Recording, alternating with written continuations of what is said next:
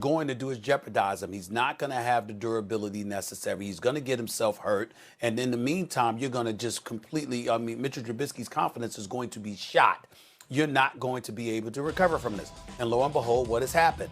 Nick Foles proceeds to lose 5 of the next 7 games. He ultimately gets hurt. Mitchell Trubisky has to come back in. And yesterday, he looked like he had absolutely no confidence whatsoever. No, he doesn't make the greatest decisions, and he damn sure ain't the greatest passer. And we understand that, but we also know that we saw better things from him when he was moving those wheels, when he was running with the football. And the reason why I hold Matt Nagy so accountable for that, Matt Nagy was not just a quality control coach.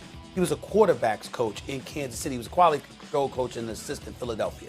He goes to Kansas City for 4 years. He's the quarterbacks coach before he's the offensive coordinator in 2017.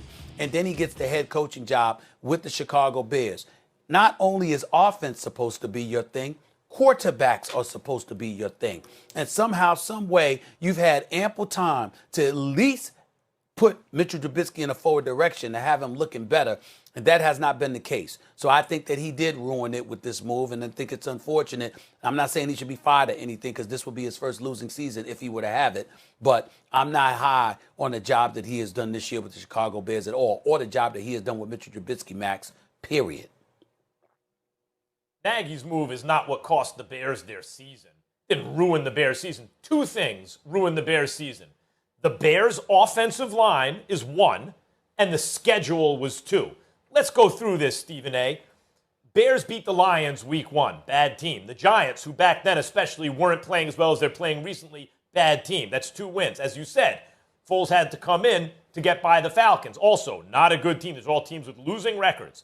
And then Foles continues, and now they're playing the Colts. Colts are a very good team, and the Bears lose.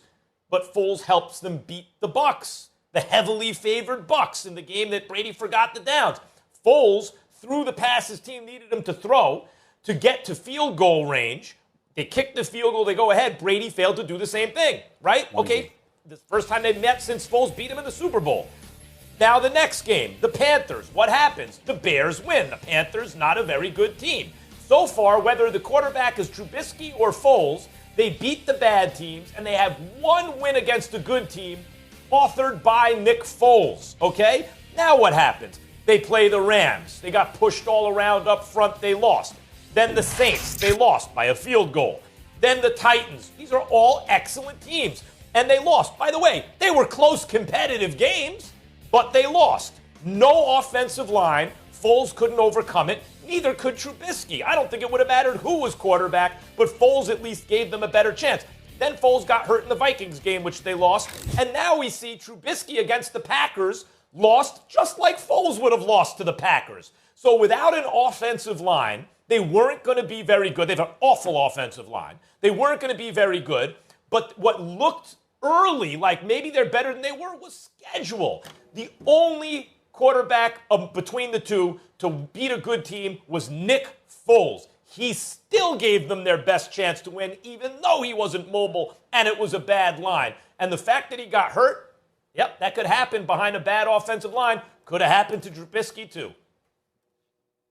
You do not put an immobile quarterback behind a bad offensive line when the reason you brought him there was to be ready as the season waned, because you knew that your defense was elite enough that you'd have a good shot not only at the postseason, but making noise in the postseason, particularly when you're finding a way to win football games. I have no problem with him taking Trubisky out of the game against the Atlanta Falcons and bringing Nick Foles in to win that 3rd game of the season, which left them at 3-0. But you put Mitchell Trubisky back in, and if you got to make musical chairs with it where you bring Nick Foles in for a 4th quarter, whatever, to save the day for a few weeks, you do that. But you use Mitchell Trubisky as much as you possibly can because you want to give him every opportunity to elevate, because you don't trust that Nick Foles is going to stay healthy, because his history has proven that that's going to be an issue for him, not to mention the fact that you have a bad offensive line. That's where I'm coming from with that, and to consider and to see the regression of a Mitchell Trubisky when not only being an offensive coordinator and having an offensive background is what you have in Matt Nagy, but to to coach 4 years as a quarterback's coach and to watch this kid continue to regress, I think it's unfortunate, and I think it's on Nagy. Well, look, the Bears are 5-6, right? So when you say it's not that your points are wrong, you're talking about what would optimizing strategy look like for the Bears. You bring Nick Foles in a game or two if you need to try to win the game, a game on the line, or if Trubisky's not playing well. And then toward the end of the season, if you're in striking distance, you bring in Foles because there's fewer chances for him to get hurt. Stephen A., it wouldn't have mattered. Was Nick Foles going to beat the Packers last night? A healthy Nick Foles? No. They were going to lose to the Packers. The only difference, yes, Foles would be healthy now, but Trubisky would have lost to all the same teams. The only difference is they wouldn't have beaten the Bucs. They'd be a game worse than they are. So it's not that you're wrong in terms of optimizing strategy, or maybe don't put an immobile quarterback behind a bad offensive line. The point is that's not what ruined the season. The fact that they didn't have an offensive line and that their schedule got tough ruined the season. Well, Max, didn't you just finish saying that Nick Foles gives them the best chance to win? I didn't know. I wasn't aware that you're just going to automatically concede that if Nick Foles is in the lineup, they're going to lose the game anyway. And if that's how you feel and you place such value with Nick Foles, why put him in that situation since you knew they were going to lose? Well, I'll tell you this right now. It's not like they lost by a field goal. Realize, when Nick Foles was losing games, it was by a field goal. It was, the Panthers by a touch. They beat by a touchdown. The Rams, they lost by a couple touchdowns. The Saints, they lost by a field goal. The Titans, they lost by a touchdown. The Vikings, where he got hurt, was under a touchdown, 2 field goals, right? They lost to the Packers 41-25. It's not Nick Foles wasn't going to make the difference in a 41-25 game. Nick Foles got them closer to winning than they would have been otherwise. Since Nick Foles was in the lineup in Week 4, the Chicago Bears haven't scored more than 23 points in a game until last night. So it's their defense the reason why things were so close. Right. It wasn't because they were doing anything offensively. Right. However, look at the results. The results say Nick Foles was actually better than Trubisky this year. There's not much to choose from there. You can't really tell behind that line anyway.